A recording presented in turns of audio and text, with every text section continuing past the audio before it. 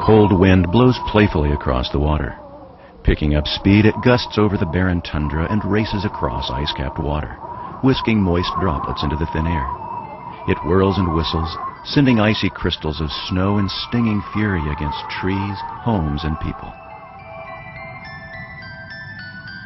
This is the land of the Inupiat Eskimo.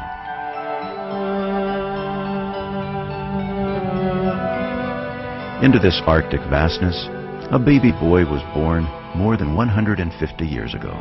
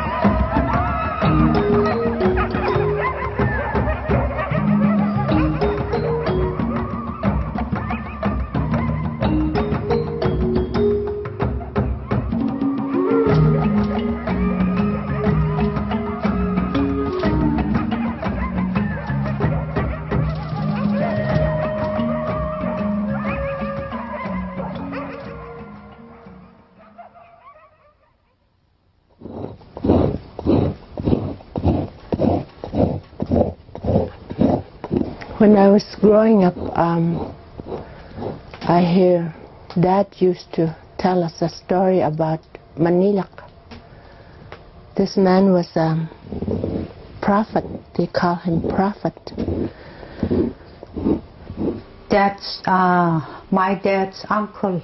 He's a good prophet. That time, nobody was talking about God. They don't know about heaven. Only that man. He always mentioned what he said.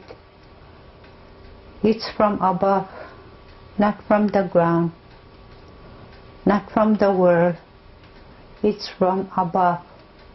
That was our God.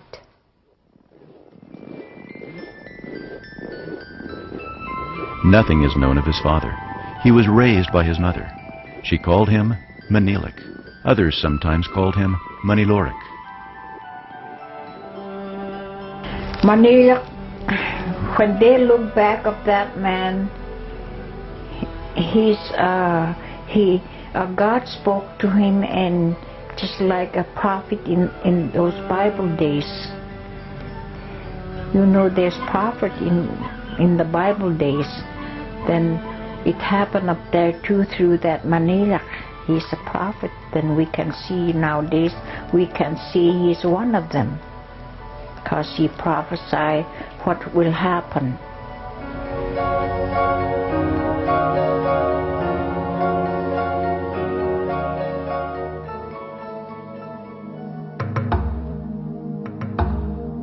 When Maniilaq was born, the natives of the northwest Arctic region of Alaska were ruled by the Inutkut, or shamans. In the mid-1800s, no missionaries had yet penetrated this hostile land. Yet Maniilaq was a worshiper of the Creator God, whom he called Grandfather. He held communion with this unseen power and foretold changes to take place in the lives of his people. Changes signaled by the coming of men with white skin. Changes that would bring an end to life as they knew it.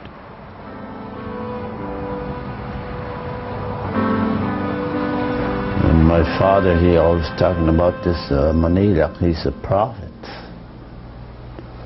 When they knew about the prophets, when the white man came, they knew that for sure that the prophet. And this Maniilaq was before the white men, and he was talking about the people that came from the south white color, and he said they bring books. They bring the books, and people will understand these books. They know about God. They know something. It's a lot of power, more than evil way of power. And people will know something that's real power when they talk from these books. That means now we understand that was the Bible. That's for sure. And I always had an interest in knowing more of history of Maniilaq. He was something that a person that had started the religion, you know, in a sense, to get the people to overcome fear. The story of Maniilaq is told by those who heard it from their fathers, who heard it from their fathers, who perhaps even knew him themselves. According to the custom of the Inupiat, each person preserves and passes on to his children the stories he has heard from his own parents, grandparents, or other relatives.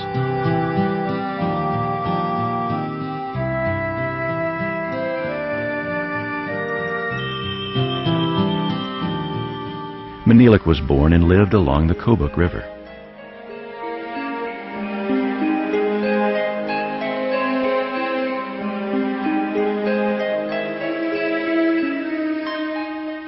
He traveled extensively during his life, sharing what his grandfather above had told him.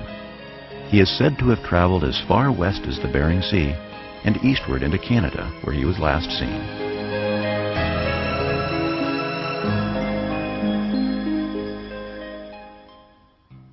Maniilaq learned how to build the sod house for the winter, how to snare small animals for food, and how to ice fish. As he grew older, Maniilaq provided food for his mother and 3 sisters, hunting and setting the snares by himself, armed with his trusty bow and arrows.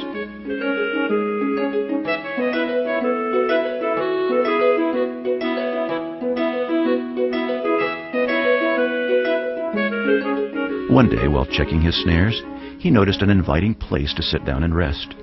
The strange-sounding call of a small bird attracted his attention. He listened closely. Tatagik, Tatagik. The words meant father and child, or father and son.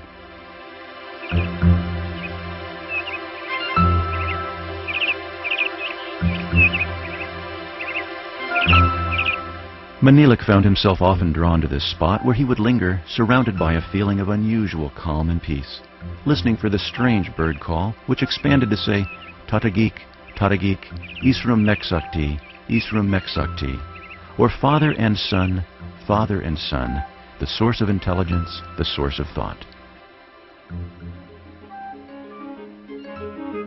Darkness would send him hurrying home, where his mother, fearful lest something should happen to her only son, anxiously watched for him from the top of the bluff.